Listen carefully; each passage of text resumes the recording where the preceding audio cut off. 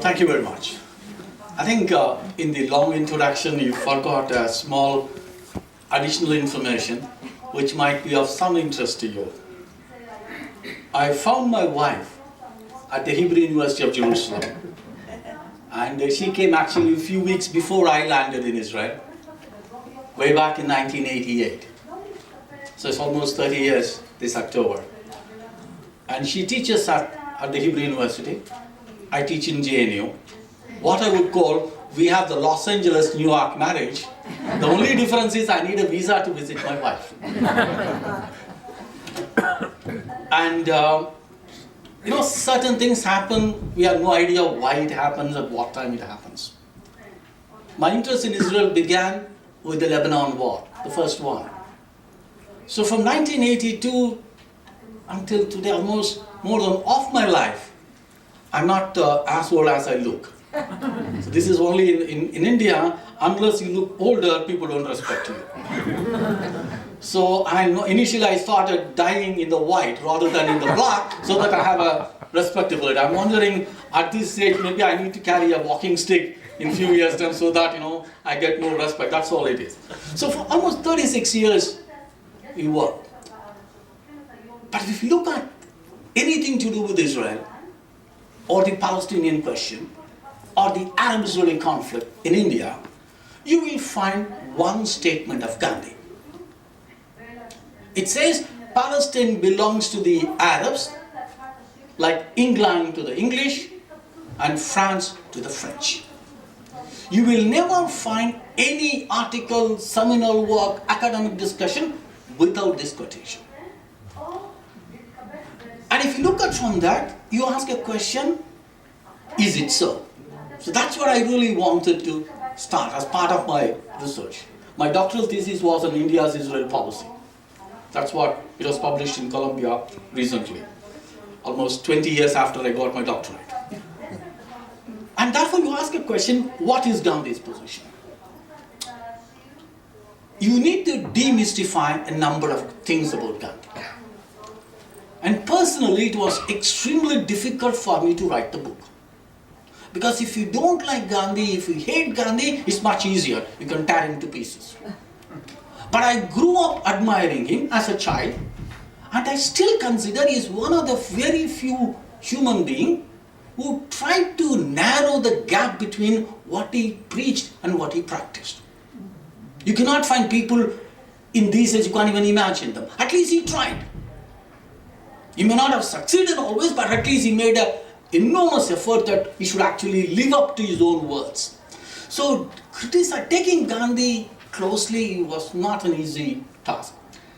But I said, okay, but when you do it, you get strength from nowhere else except Gandhi. Gandhi said, truthful. So it is the truthfulness which Gandhi admired, I decided to take the work. So it took me about 3 years to get the book, and the book just came about end of October. What do you see? There are certain things that are very, very clear. Gandhi never understood Judaism.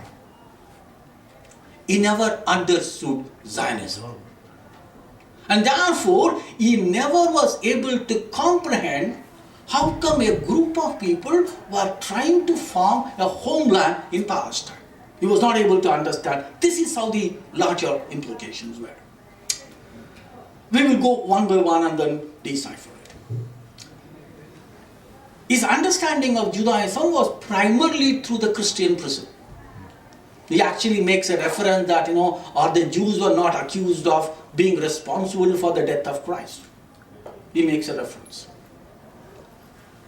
And he had been to the synagogue a couple of times in South Africa. He said, I was not very impressed by that. It was only, there is nothing spiritual about it. I was not attracted towards it. And Gandhi studied other religious faiths. He is not an atheist or a non-religious person. And he was always talking about religion. And if you don't understand Judaism, he never understood the Jewish history also. Because if you don't understand the Jewish history, you will not understand why a group of people were looking for a homeland in Palestine. He was not able to make a complete link. But when you look at his collected works, there are 100 volumes, each one running about 400 to 500 pages. If you look at all the things, all his letters, correspondence, speeches, interviews, everything is there. Almost everything. We'll come to that why the almost part. And if you look at it, you will find Jews in almost every volume. If a person doesn't understand the Indian demographic reality, by looking at Gandhi, you will say Jews must be a very large community in India. He talks about Hindus, Muslims, and the Jews. He talks Christians somewhat less. He makes very little reference to Buddhists or the Sikhs in India. So you will actually assume Jews are the third largest community in India after the Hindus and the Muslims. This is not the case. If you look at historically, the first Jewish presence in India was traced to the first century after Christ, shortly after the destruction of the Second Temple. So while the Jews had a continuous existence in India, their presence in India was extremely small. Between the two wars, there were about 30,000 Jews. Most of them were refugees fleeing from Europe. And today, according to the latest census, the number of Jews in India is just over 4,000. 4,000 in a population of 1.2 billion. I think that's the ground reality. So, why you ask a question? If this is the case, why did Gandhi regularly talk about Jews in all his volumes, in prayers and speeches? The reason is, he had Jews as one of the closest friends when he was in South Africa. He had a number of friends. Two are most important. One is Herman Kallenberg. The other one is Polak. These are the two people with whom he worked in South Africa before he came to India in 1914, just at the outset of the First World War. What they were doing? Gandhi established the kibbutz type communal farming on a land belonging to Herman Kallenberg. The Kallenberg said, I have a land, you establish a farm. This is where Gandhi established what he called it ashram, Leo Tolstoy model. He established it. So he and Gandhi, Herman Kallenberg and Gandhi were extremely close friends. They used to correspond. You are the upper house, I'm the lower house, that's the British, two bicameral parliament. That is how they dealt with each other. The other person is Polak. But Polak's role was, he was a friend of Gandhi, but the more important was, the Indian nationalists knew about Gandhi's activities in South Africa through Polak. Gandhi was struggling in South Africa for the rights of the Indians. Polak went and reported to the Indian nationalists, you know what Gandhi's achievements were. So the Indian nationalists came to know about Gandhi and his political success in South Africa primarily through Polak. Gandhi is not an ordinary person. This is what he has done by new non-violent struggle. So by the time Gandhi came to India in 1914 from South Africa, Indian nationalists have a great opinion because Gandhi was coming on the basis of the success in South Africa in fighting for the Indians and other people through non-violent struggle. So this is how the relationship begins.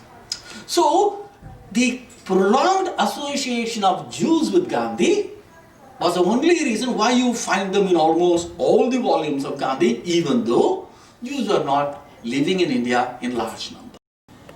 Even though these two people are close to Gandhi, their understanding of Judaism was almost non-existent. They were not practicing Jews. Polak actually married a Christian.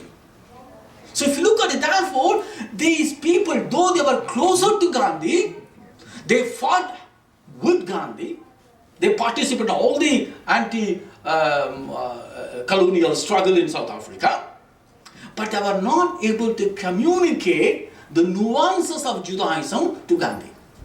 So Gandhi only understood Judaism through the Christian prism. He never went beyond that, and Kallenberg and Pollock could not actually help in that matter. So at the outset of the First World War, Gandhi was coming back to India. And since he was very close to Kallenberg, Kallenberg said, let's go together, come with me. So both of them traveled to England, and Gandhi wrote a letter to the British Home Office saying that, yes, I know Kallenberg for the last 15 years, we worked together, comrades now, please give him a visa to India. Kallenberg was a German national at that time. The British said, you are an enemy alien. So not only they did not give him visa, they put him in jail, sent him to Cyprus. So Gandhi had to go back to India without Kallenberg. So from 1915 to 1937, they were only communicating, they never met him, until Kallenberg comes to India in 1937.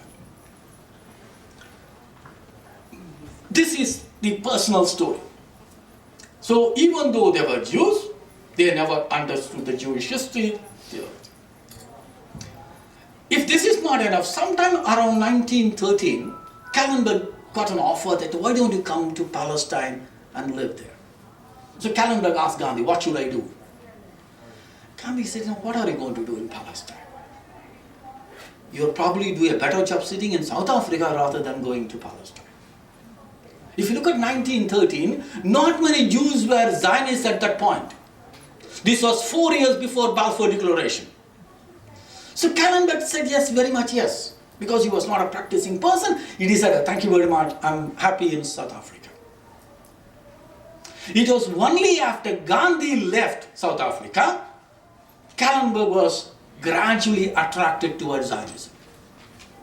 So when Gandhi left South Africa in 1914, Kallenberg was not even a Jew in the real sense of the word. When he met Gandhi in 1937, he has become a Zionist. That's a transition has taken. So by that time, this is the personal transition you will find. If he did not understand Judaism, everything, when he comes to India, that was right at the onset of the First World War. If you look at the First World War, in the Middle East, we had a large empire called the Ottoman Empire. And the British were fighting the Ottoman Empire. And that is where Palestine comes into picture. Palestine has been under the Islamic rule from 637, when the armies of second Caliph Omar captured Jerusalem. It is only after that you have the Al-Aqsa Mosque, which in Islamic theology, the third holiest place in Islam. Which basically meant Al-Aqsa today stands on a pre-Islamic, non-Islamic, un-Islamic structure. Theologically, by history, geography, whatever way you want to look at it. If you look at the First World War, it created a lot of tension among the Indian Muslims. Because Islam came to India in the 7th century, shortly after the death of Prophet Muhammad. And Islam dominated the northern part of India. We had a Mughal Empire, which continued until the arrival of the British. Even though the Muslims lost the empire in that sense, they were not unduly worried because there are other empires around. But in the First World War time, the last remaining Islamic empire was the Ottoman Empire. So when the British launched a war against the Ottomans, suddenly the Indian Muslims recognized we only have one Islamic empire, even that is under threat. Because until such time, the Indian Muslims are nowhere interested in the Office of Caliph.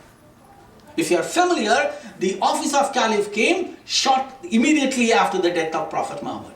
Because suddenly people recognize we need somebody to lead the community. While individualism is very great, we all believe that we need a leader. We also need Sabha to run the institute, right? Why can't everybody run it? No, we need a director. So we always need somebody. From Moses' time till today, you need a leader to lead the people. It was in that context you have an Office of Caliph. But if you look at it in the at the beginning of the First World War, the Caliph was held by the Ottoman Sultan. So, the ruler of Ottoman Empire was both a spiritual leader and a temporal leader. He was the Sultan, he was also the Caliph. So, Indian Muslims looked at him. The British were attacking not only the Ottoman Sultan, but also the Caliph of the Sunni Muslims. And suddenly they said, no, Islam in danger became the war cry. We need to rally, we need to protest, we need to fight against the British who are ruling India. That is what it is. So it was in that circumstance that Gandhi returns to India, comes to India and enters Indian politics. At that time, the Indian National Congress was leading the anti-British campaign. But if you look at it, it was Indian and national only in the name. Because much of the Congress party was dominated by Hindus. The Muslim presence in the Congress party was extremely small. Gandhi recognized, I need Muslims to join the Congress party. And for that, the struggle among the Indian Muslims in defense of the Ottoman Sultan, which is called the Khilafat struggle, is an opportunity. So, by supporting the Muslims in the fight against the British in the Ottoman Empire, I am going to enlist their support for the Congress. It's a trade-off. This is how Gandhi viewed the Khilafat struggle, which is a pan-Islamic struggle. They were fighting for the Ottoman Sultan hundreds and thousands of miles away. For Gandhi, he said, okay, by supporting the Muslims of India, I am going to enlist them for the anti-British struggle. This is how Gandhi pledged the Congress party to supporting the Khilafat movement. And it was in that period Gandhi's first statements on Palestine can be noticed. It is not the Congress party. It is not Nehru. It is not even the Muslim leaders who said anything. It was Gandhi who first said, the Jews and the Christians can go to Palestine, they can visit Palestine, they can even reside in Palestine, but they can't have sovereign rights. This is the Gandhi's first statement, more than anybody else. Others actually followed it subsequently. He was the first one to say yes. And he framed the Palestine question not in anti-imperial struggle, no. He framed it within the Islamic symbolism. For his understanding, Palestine has been under the Islamic rule from the 7th century until today, until the British arrival in December 1917, Allen-based troops. So therefore, it is an Islamic territory and it will stay as Islamic. This is how Gandhi viewed it. And more formal statement came in 1921. This was actually 17 years before the 1938 statement, Palestine belonged to the Arabs. No, that came much later. So he framed the Palestine question not as an anti-imperial, anti-colonial struggle, no. He placed it within the Islamic history and claims. And he talks about the injunctions of Prophet. That is Prophet Muhammad. Subsequently, he recognized, yes, if you believe in injunctions of Prophet, you have to go back a few millennium earlier, it was promised to the Jews. But had he understood the Judaism, you would have actually said, yes, Prophet Muhammad promised, but it is already promised to somebody else centuries ago. So therefore, whose promise you are going to believe? The person who promised first or the person who came later? So Gandhi would have asked that question. But his understanding of Judaism was limited, therefore he never even raised that point. He simply said, Prophet Muhammad promised, so therefore.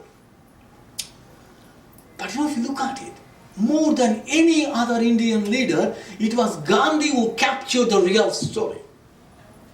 If you look at today, this is what the entire Islamic claim is. Why is it that not many Islamic countries actually recognize Israel? Why do they talk about the Waqf property in the Hamas charter? And secular and others did not understand. It was Gandhi who captured them. Yes, this belongs to them. And subsequently you have all the developments. Once you frame it within the Islamic paradigm, there is no compromise. You simply have to accept the basic things. And if you look at it, you use the word Jazirat al-Arab, which is an Arabic word, which is translated as Arabian Peninsula or the island of Arabia. He said Palestine is part of Jazirat al-Arab.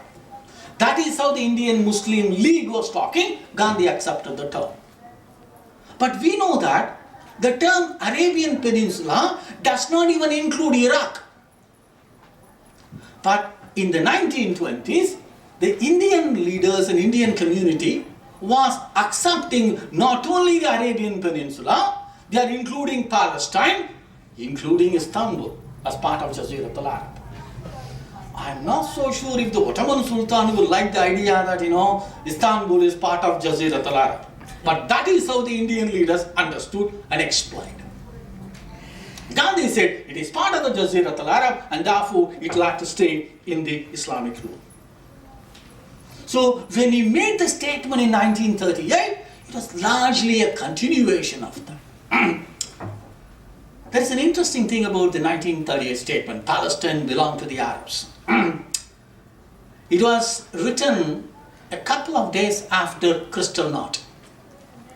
So I often ask a question, why can't Gandhi say Palestine belonged to the Arabs, like Germany belongs to the Germans? Why can't he write it? Because had he written that, you would have understood the impossibility of the situation. By bringing in France and Britain, it's easy. Why don't you say, okay, it belongs to German, belongs to the Germans? Because the moment you write that, you recognize that that's not the reality. So Gandhi settled for much larger thing. And if you look at the statements, few things come out clearly for us. He said the Jews should follow non-violence. And in the article he says, he was talking about non-violence against Hitler.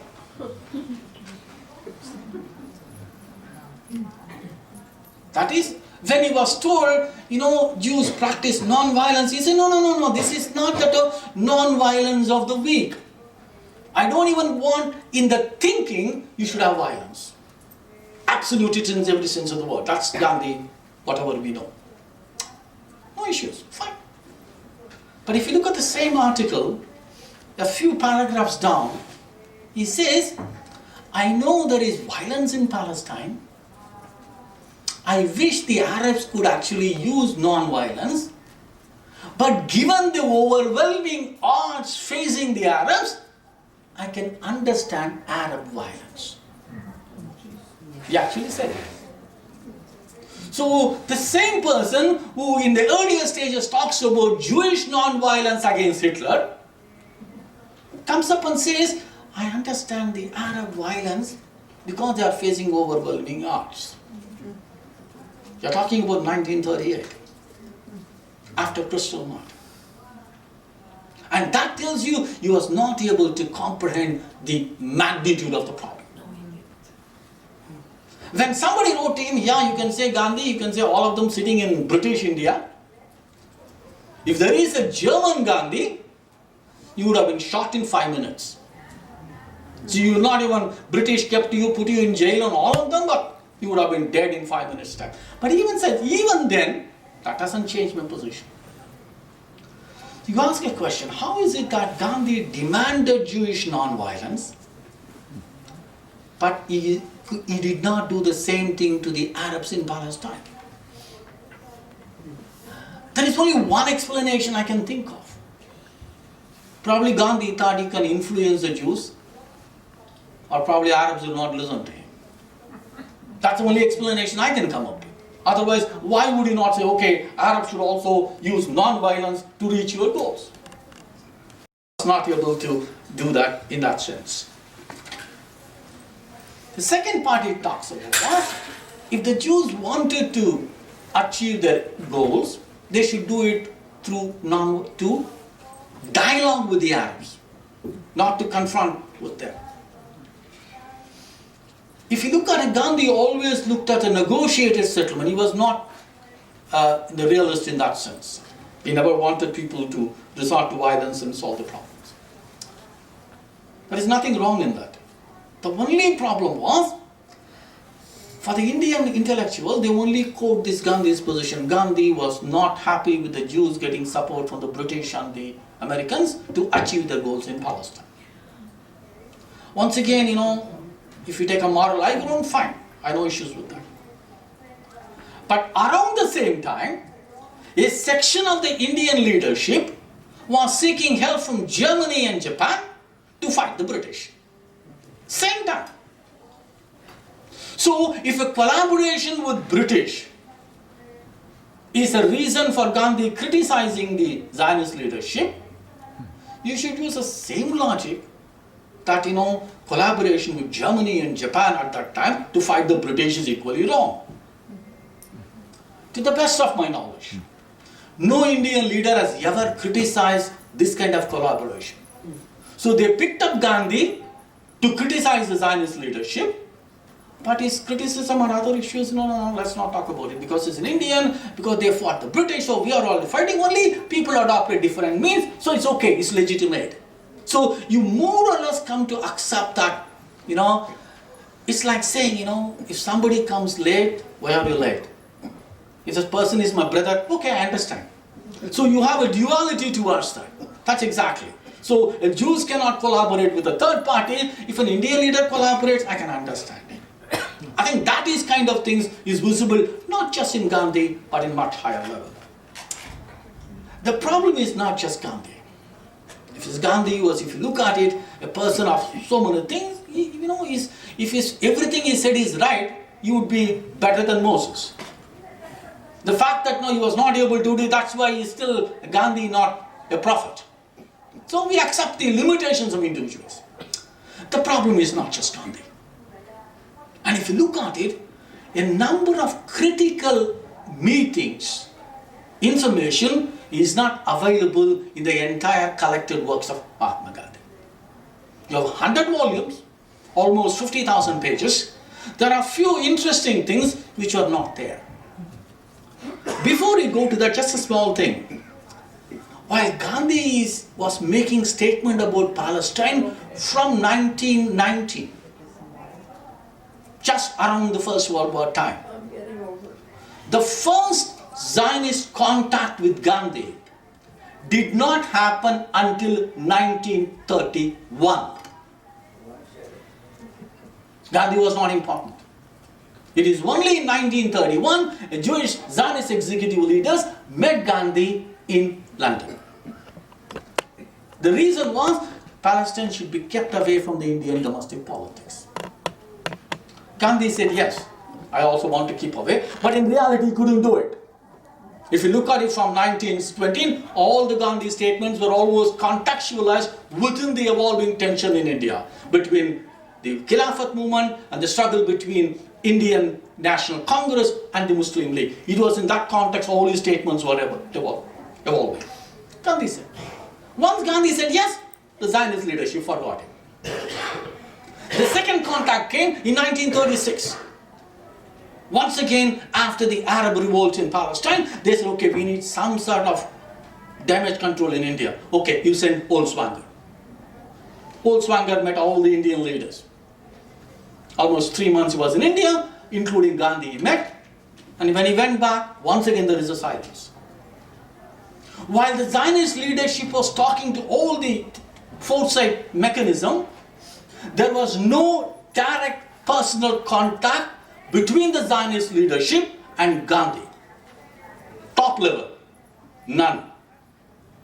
And even Nehru, who was the main architect of Indian foreign policy, there was no letter between the Zionist leadership and Nehru until 1947. India did not figure in the Zionist diplomacy. Understandable.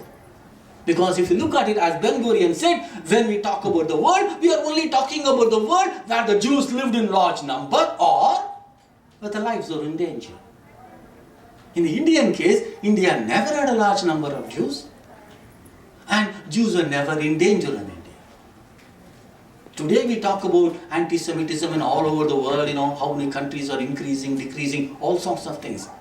the term anti-Semitism was alien to Indian culture. We did not know what it means. The 2000 years of history, Jews never had a persecution but any stretch of imagination. So if you look at it, all the European countries suddenly talks about human rights. Every one of them. Go back and find out 70 years ago. The level of human rights. And the US is also, if you look at the Holocaust Museum in United States, is very nice. All the thing. They should actually put up the main entrance should be Auschwitz, right? The first liberation took place, but that's by the Russians, so no, we can't do it. We need some American one, so that it's an American national emblem. That's what it is. The US role on the Holocaust is not very clean either. So today everybody talking about things, but in Indian context, anti-Semitism was actually alien to that. And I think that's what it is. So India never figured, because it was neither a large number, nor a danger area. So Zionist diplomacy never even talked about India. It never figured in that. Okay. Within this context, you had few meetings which surprisingly you don't find them in the collected works of Gandhi. 1931 meeting between the Zionist executive and Gandhi in London. Old Swangers meeting with Gandhi in September 1936. The meeting between the Jewish delegation from Hebrew University which attended the Asian Relations Conference in 1947. If this is not enough, when Kallenberg met him after 23 years, Gandhi gave him a statement. An undated, unsigned statement, which he thought will actually mediate and find a settlement. You don't find them in any of the public information in the 100 volumes. Then you ask a question, if one or two information is missing, I understand. Gandhi was meticulous in whatever he wrote. You may disagree with him, you may question him, but he was meticulous in whatever he wrote, whatever he did. He put it in public domain. His ignorance and familiarity and everything. He was not a realist, but he put everything in public domain. But if that is the case, if a number of things are missing, you ask, is it accidental or somebody deliberately removed it? So I'm looking at it most probably the second case. Because Gandhi did not say anything on the Holocaust. Not a word. There is no statement of Gandhi even after 45. There is only one passage. It's impossible Gandhi was keeping quiet. No. Gandhi is not worried about consistency. Yesterday I said, today he's not worried about that. Because people who are worried about generally, it's like a model, developing a model. Normally what do? We develop a model, pick a few cases, whatever case doesn't fit in us, we simply remove them. That's what you do. All the model development is that. We only pick up the suitable model so that we can justify our theories. That's what we do academic full time. It's not that the number examples lead to a theory, but the theory picks up the model. That's what we do it full time. If you take some other example, my theory goes for a 6. So Gandhi is not that. Which means somebody systematically removed whatever Gandhi was saying, which did not fall in line with the mainstream thinking. Gandhi was consistently opposed to the Zionism, which is not. If you look at it in the later time, after 38, Gandhi was saying, Jews have a good case. They have a prayer claim to Palestine than the Muslims. They have a legitimate position. And he says, the only thing I demand is, talk to the Arabs and negotiate. That's what he was saying. In other words, he was not questioning the goal. He was only questioning the means to achieve it. He's not a Machiavellian. End justifies the mean. No. He said, I agree with the mean, but can you find a better? So all the things were there after 38. But unfortunately, the Gandhi followers in India find, no, if I quote this, you cannot say Gandhi was consistently opposed to Zionism. You can't make the case. The Zionists also ignored Gandhi. After this statement, it's too little too late for me. With the result, both of them did not pay attention. But when you look at it, one of the secretaries of Gandhi, who was with him in the last 15 years of Gandhi's life, and subsequently was leading the 100-volume compilation, told a journalist saying that, yeah, I removed some of the opinions of Gandhi because I was the only one privy to this. It will go to the grave with me. People ask, which one you are talking about? On Israel. By the way, by the time Gandhi was killed, Israel was not even there. Israel came a few months after. But he said, okay, I systematically suppressed all Gandhi's opinion on Israel. Which basically means, Gandhi was actually tailored, like you do the garden, you trim all the trees, looks like as if it's like Kumar rather than an actual a tree. You trimmed everything which is not suitable. And therefore, my understanding of the whole thing is, not only Gandhi did not understand Judaism and Zionism and the linkage, his opinions were systematically altered. Gandhi talked about truthfulness, and his disciples were not that. And we are actually left with a situation that there is a lot opinion Gandhi said which was not in agreement with everything, but which was slightly diluted from his position, very hardcore argument. So you ask a question, why the squaring the circle? So, from India recognized Israel in September 1950. Incidentally, it's 17 September, the day our present Prime Minister was born. It was on that day India recognized Israel. You promised a normalization. When Walter Eitan, the Director General in the Israeli Foreign Ministry, comes to Delhi in March 1952, Nehru tells him, yes, we will normalize the relation, right in the middle of the elections, we will do it. It did not happen, or it happened after 40 years. So we normalized relations in 92. So when there were no diplomatic relations with Israel, you can use Gandhi. Gandhi said, Palestine belongs to the Arab, therefore we don't have relations. You can use Gandhi to justify the absence of diplomatic relations. You can even say it's Gandhian not to have relations with Israel. Fair enough. The moment you normalize relations, because you justified, you have used Gandhi for 40 years, you ask a question, if non-relation is Gandhian, is relations not un-Gandhian? Are you dilating or moving away from Gandhi? Nobody answered question. And people pretended the 1938 statement and the 1992 decisions are actually happening in two different worlds. They never even questioned. If you use Gandhi to justify the absence of relations, how do you use Gandhi to explain the relation which is happening today? So the problem is not just Gandhi. The whole approach towards understanding him. In 2015, India, the first Indian president to visit Israel, Palestine and Jordan was Pranab Mukherjee. He first went to Jordan, then he went to Palestine, then he went to Israel. In Amman, he says, Gandhi said Palestine belonged to the Arabs. 2015. If that's the case, within 24 hours he went to Palestine, he went to Ramallah, he went to Jerusalem. And in Jerusalem he says, we and you fought against the same British.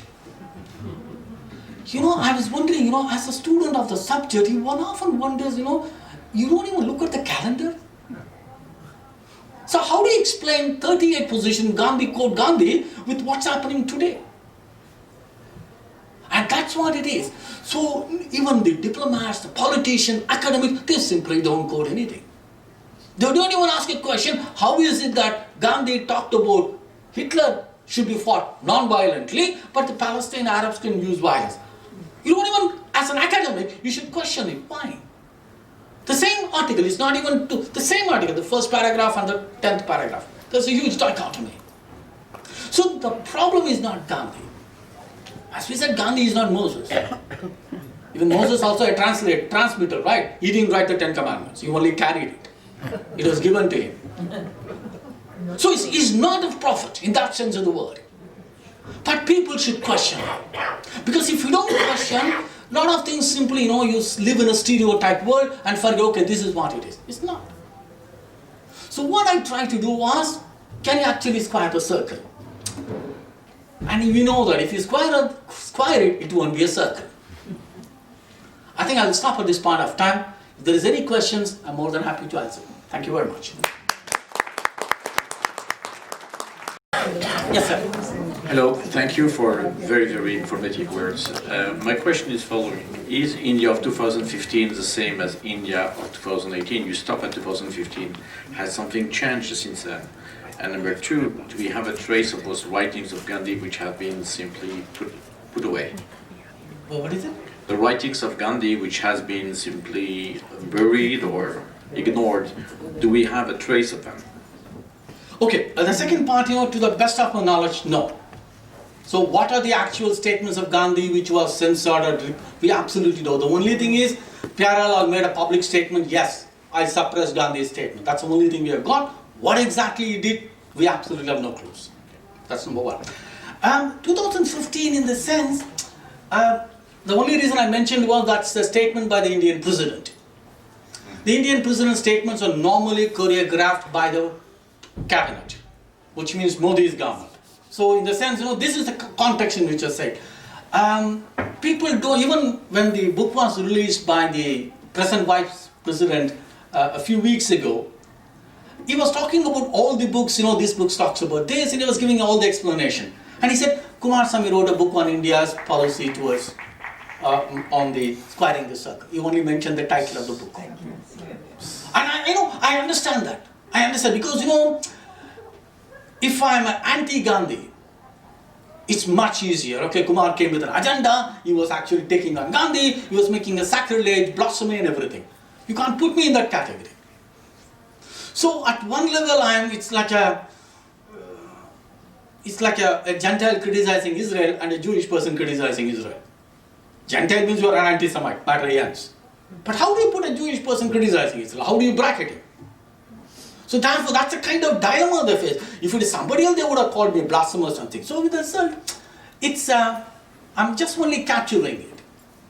It's, at least Gandhi and Israel, people don't want to talk about it. Because, it puts Gandhi in a very negative light. And because my argument was, I actually wrote in one of the places, Gandhi the politician prevailed over Gandhi the Mahatma. At least on the Palestine question. The rest of the things I don't know. But at least on this one, even Gandhi is not infallible. That's the only thing I recognize. Beyond that, it's not, he was there. Everybody was criticizing me in other one, but they couldn't take the book to on the top. Okay, what you're saying is wrong. They couldn't say that. Thank you. Professor Kumar, I'm fascinated and unbelievably disillusioned once again, as I think we all are with politicians in general, but I sort of never had Gandhi in exactly the same box. Anyway, when you were doing your research and you realized that a man that I would imagine you thought was quite a bright, thoughtful, intellectually curious human being, Gandhi, and he never bothered to even have any sense of Judaism, how did this impact you? You were doing your research, you were young, and obviously had respect for the man, as I did previously. It's sort of mind-bending. We're not talking about somebody like Trump who doesn't read, or doesn't question, or doesn't think. This is Mahatma Gandhi. Don't get me ready, I have to go back tomorrow. You put me into trouble, I'm not saying anything on that. Gandhi, yes, not others. I still respect Gandhi. No, I know that's what they think. I'm not simply changing into the other. No, I'm not. I still respect Gandhi because, as I said, at least he tried. How many of us will try? Can you tell me one person who tried and failed? But the only thing I noticed was, when it comes to Palestine, that is his Achilles' heels. That's his greatest weakness. That's what it is. The greatest weakness of Gandhi I found out when it comes to the Arab-Israeli conflict. And that's largely because there is nobody to tell him, hey, look at the history. He never had an opportunity to study. He never started. That's what it is. His lack of understanding of the faith, lack of understanding of the history, and therefore he was not able to link. Till the end he believed Jews as a religious people. But he never taught them it is also a national people. He didn't understand. That's what the fundamental problem was. He looked at them as a religious people. And in the Indian context, it had an extra thing. Because Pakistani nationalism logic was Muslims are a different religion, therefore they need a different nation, therefore they need a different country. So Indian leaders, not just Gandhi, even all the others, they said you may follow a different religion, that doesn't mean you are a different nation. Because the moment you accept the logic, India will have 1,000 countries. Every religion, every caste will have a separate religion. Where do you draw the line? So the Indian nationalism was an inclusive one. Everybody. So in the same logic was extended to Palestine. That's what it is. So when you look at the Jews as a religious community, I also have a problem about Sikhs and Buddhists and all the others. So, and I think that's the difficulty of the context. Gandhi never able to look at them as a nation. The moment you take them as a nation, your logic is different. And they were not able to do that. Translation was not possible. And also, let's be very, there are only 4,000 Jews. Right. Under the British, India had the largest Muslim population in the world. Today we have the second largest Muslim population after Indonesia. That's a ground reality. I never met a Jewish person until 3 years after my research. Because I need to apply for a visa. That was the first time I met a Jewish person in my life. My doctoral thesis was somewhere I started in 84. I met a Jewish person in 87. So you explain to me. Suppose if I had to wait for a Jewish person to tell me work on the subject, I would wait eternity. So that is a ground reality. Maybe if the number was large, Gandhi would have been. But Kallenberg and Thing, he spent 20 years with them, and both of them had no clues about Judaism. So if they don't know about Judaism, how do you expect Gandhi to know about it? You tell me. These are all context in which it evolved. And now would you say that your colleagues or the people that you have an opportunity to dialogue with in India, are you well received? This is the question people ask, how was the book received? My standard answer is, once I finish a book, I go to the next one. Because if I'm stuck with that, I won't be able to do it. Yesterday I didn't go anywhere in Montreal because I was reading the manuscript of my next book. So therefore, when received, I just write it and leave it. I don't go beyond that. Because, you are living for tomorrow. Otherwise, you are stuck in yesterday means nothing happens. So you ask me the next book, I'll do that. But this one, I'll leave it. Thank you. You said that before the creation of Israel, Gandhi advocated that the Jews should use non-violent methods against Hitler. And you also said that he understood Muslim violence in Palestine. I was wondering, how are the majority Hindus dealing with the 230 million Muslims in today's India? Is there any contradiction, or do they follow Gandhi's beliefs? Gandhi was making the statement in the context of Palestine. As Islam goes away from the Middle East, it's rather different.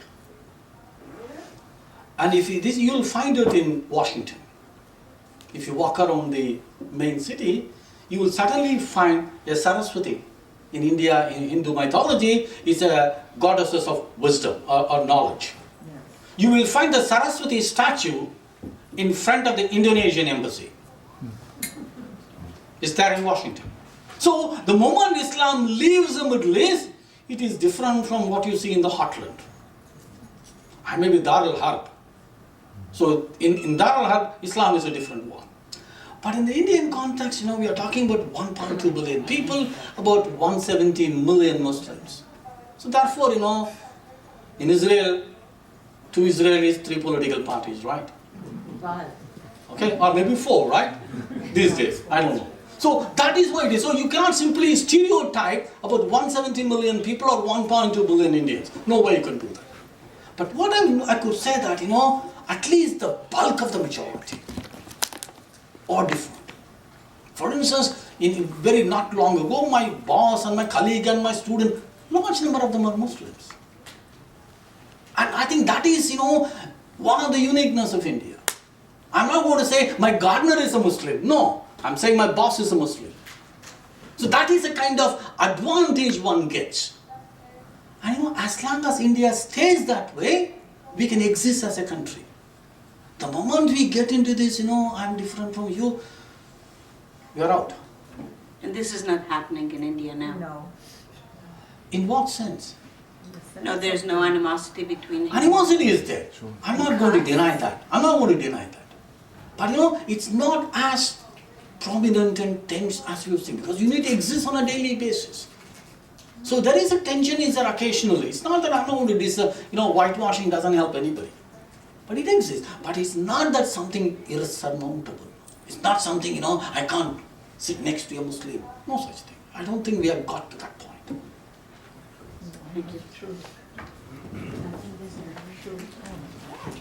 Thank you very much for your wonderful, brilliant talk. I really enjoyed it. And I come from a very unusual perspective, having been to India on a Jewish tour of India. I think I've been to every synagogue in India. Of course, they're not functioning as synagogues, but I really got a full history of the Jews in India, and in the context, of course, of world history in India. So that's one thing. But on the other hand, I also went to Gandhi's home.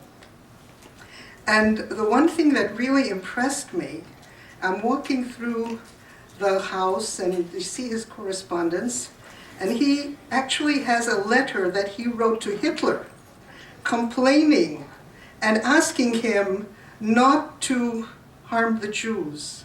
You're probably aware of that. Can you kind of comment on that? No, this was, just before the war. If you look at it, even in the article I refer to, it talks about, if there is a war which can be justified, a war against Hitler is justifiable. He did say that in the same 1938 letter. But still, I will not advocate war. But why does he actually believed that Hitler would listen to him when he wrote a letter to Hitler, asking him to change his ways. I mean, this is what that's Gandhi for you. Impressed me about Gandhi and the way Gandhi. he was thinking. So he thought that, he actually wrote a few times, you can even melt the heart of Hitler. You can say with the history, you can say naively he believed it. You can say that. He must have believed it because that's what I'm saying. he sent that letter. Absolutely, that's what I'm saying. You can question the wisdom of his statement. But the conviction, yes, that's what it is. And that's what I refer to the track record of Britain and European countries in the Second World War, simply because of that. They had the power to do it, they didn't. They didn't. Exactly, they had the power to do it. They didn't speak up. Exactly, they had the power to change. That's right. And if you look at it, in 1947, after all the things, there is a US Congressman, Emanuel Seller. He was writing to Nehru, please give asylum to Jews from Afghanistan. They were already staying in India, extend their time. Nehru was saying, and third time Nehru was saying, why can't Seller write to his own government in Washington? Why is he troubling us? So Seller could ask Nehru to action. Why can't you write to Vice President? Hey, give me more. No, that's what I'm saying. So we know the track record, but eventually you have to come to terms with history. Yes. They will. It's the same thing. Hiroshima, somebody had to come and apologize, right? It's not going to die. It may not be today, tomorrow, maybe 100 years from today. Somebody have to say, sorry. We kill innocent people. So, question of time. So that is what Gandhi honestly believed. By writing to Hitler, he can actually have the empathy part. Hey guys, please. You can say naive, but he believed in that. And similarly, he said, dear Hitler. His letter begins with dear Hitler. And a lot of people took offense. How can he say dear Hitler? Then what do you write? How do you write? Tell me, better way. That is what English language teaches you, no? Even whether you say Haver, whether you believe or not, that's how you address a person, right? How do you have it? So Gandhi actually wrote, Dear Hitler, which people took offense. How do you write like that? Thank you. Fascinating talk. A couple of things. I always thought that the lack of political or diplomatic relations between Israel and India was mostly a function of Nehru's wanting to be head of the Third World Congress, Third World Unalignment, yeah, exactly. And Israel, especially after '67, didn't fit in. And I also thought that Nehru channeled a lot of the anti-Semitism that was quite prominent in aristocratic and upper-class England. That even though he was fighting against the British, he picked up those kinds of attitudes.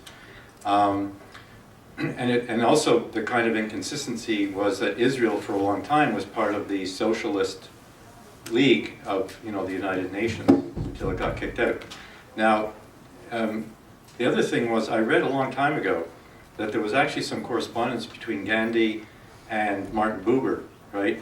But the British censored it. They stopped the letters from being delivered. And I'm just wondering if that figures into any of your research. Okay, thanks. If you look at, only day before yesterday, Michael Bridger I had a conversation with him. I know you must be familiar. He's from the McGill University. He wrote about Nehru's biography and others. And he actually met Nehru's in the 50s and 60s personally. And he said that no, you can criticize Nehru on so many things, you can't call him anti-Semite. So, but to the best of my knowledge, I don't see anything on you are right about the British aristocrat. We are finding it in the Labour Party leader also in trouble because of that. So we know that. So that's going to be the case. But going back to the 1952, when Walter Retan met Nehru promised normalization. So we will send an embassy. He's actually asked his ministry to work out the budget, but it never happened. The reason was simple. It seems that he brought the matter to the cabinet, and Nehru's cabinet colleague, Maulana Abul Kalam Azad, who was a Congress president during the Second World War, he gave two reasons. If you have relations with Israel, Pakistan will use it against India in the Arab world. Because Arab world was important for historical, economical, cultural and all the reasons. The second reason was, if you normalize relations, Muslims in India will feel hurt. Already they are hurt by the partition and the riots and the violence and everything. They will become much more difficult for them. Nehru seemed to accept both the arguments. There was no contradiction from that. But the Muslims will oppose Indian normalization. It is the perception of the Indian elite. To the best of my knowledge, I never found any survey or study or anything to say, yes, if you normalize relations with Israel, Muslims will be opposed to India. No, I never found any scientific study on it. But this is how the Indian elites perceive. So then you ask a question, when you normalize relation in 1992, Pakistan was still there, the Muslims are still there. Nothing happened. And therefore you come with a different, okay, Muslims have an opinion. If you look at it, Muslims in India are a minority in the Indian population, irrespective of the 170 million. But still they are a minority in India. But if you are a minority in a country, you can influence the policy, you can't dictate it. The moment you dictate a policy, you alienate the majority from you. So therefore, that is my understanding. So these are the reasons. 60th non-alignment comes much later. Nehru makes a statement in 1956. After the Suez crisis, Nehru was angry not with the Israeli attacking Egypt. No, that's not Nehru's problem. Nehru's problem was Israel collaborated with Britain and France. They are an imperial power, they still have a colonies, you collaborated with them. That's what upset Nehru. And therefore Nehru says, time is not right for normalization. Shortly after the Suez crisis. And third world, yes, but the basic argument was Pakistan and the Indian war. On the Buber correspondence, okay, normally we use the word correspondence. Correspondence presupposes you write, other person reply. From what we know, after the 1938 article, Martin Buber and his colleague, okay, let me come to that. Okay, they wrote a long letter to Gandhi. So what we know is, Gandhi's secretary said, we got the letter, Gandhi is not here, I am forwarding it to place, I don't know when Gandhi will read it. That is the last message on the subject. We never know, there is no evidence to suggest that Gandhi actually read what Buber wrote. There is no evidence to suggest. I don't know about the British part, but what we know is there is no. So therefore, sometimes people say Buber, Gandhi correspondence. I find it now. Buber wrote, yes. Gandhi never replied. The reply came only from his secretary, who said, I'm forwarding it to another place. I don't know when Gandhi will read. Because you're talking about just before the war, 1938, 39, early 39, and Gandhi was traveling, and shortly after that he was arrested. So therefore, or it could be possible that secretary did not do the what. Because the person who wrote a letter was Perella, who was actually subsequently said, I kept Gandhi's material away. It could be done both at the lower end. I'm not so sure about the British one. I wouldn't go that far. Thank you. I have a little connection with Dr. Kumaraswamy knows. I was with the United Nations in 1960 at the border of Israel and Egypt in Gaza Strip. And we came to know that this war, this trouble was going right from 1920 onwards. And the Arabs had never accepted Jews.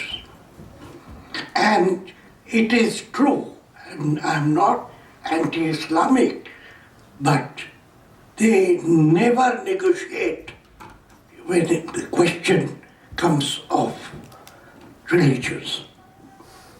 That is true. That is why Pakistan has come, and that is why Israel is not accepted, because they never negotiate. If I am right or wrong, Gandhi was quite right in saying you negotiate. So that is the problem. That today it is 2018.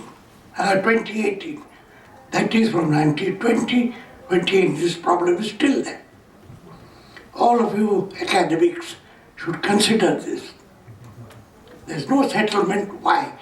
Because they don't talk. That's why. I would put it slightly differently.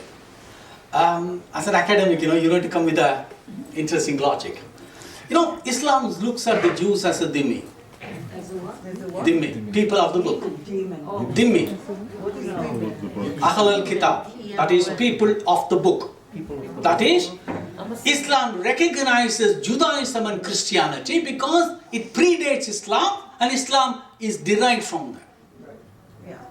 In return, which means Jews ought to be protected. That is the Islamic theological argument. Protection is different from equality. Protection was a virtue in the 7th century when people have been killed. So when Islam came, you said under the argument, the Jews can retain their religion, their life and the property. In those times, property included women and children. And that was a revolutionary in 7th century because at that point of time, you have to change your religion or you die. Islam kept the Jews, okay, you accept your religion, you can keep your religion because you are predates Islam, the same Abrahamic faith. But in return, you have to accept the supremacy of Islam. So as long as you accept Islamic supremacy, your lives and property will be protected. Yeah. This is a condition in which Islam tolerated Judaism and Christianity, historically. But, what point? 1 second, sir, just let me finish. The problem is, when Zionism came, they did not want toleration. They want equality. That is what Islam unable to accept. If the Jews are saying, okay, you accept the Islamic rule and state, no problems. But Zionism challenged the fundamental premise. I want equality, I don't want toleration. They are fundamentally different. The second thing was, Jewish national home is not a problem. They wanted a Jewish national home in a territory which was seen as vast property. So your motive is challenging Islam and your location is also challenging Islam. That is why not just the Arabs, even Indonesia has problem with Israel. Theological argument. And I think that is what I would put it. It's not a question of negotiation. If you say, I surrender to you, submit to you, any day. But if you want equality, not on my watch. That's the position. Thank you.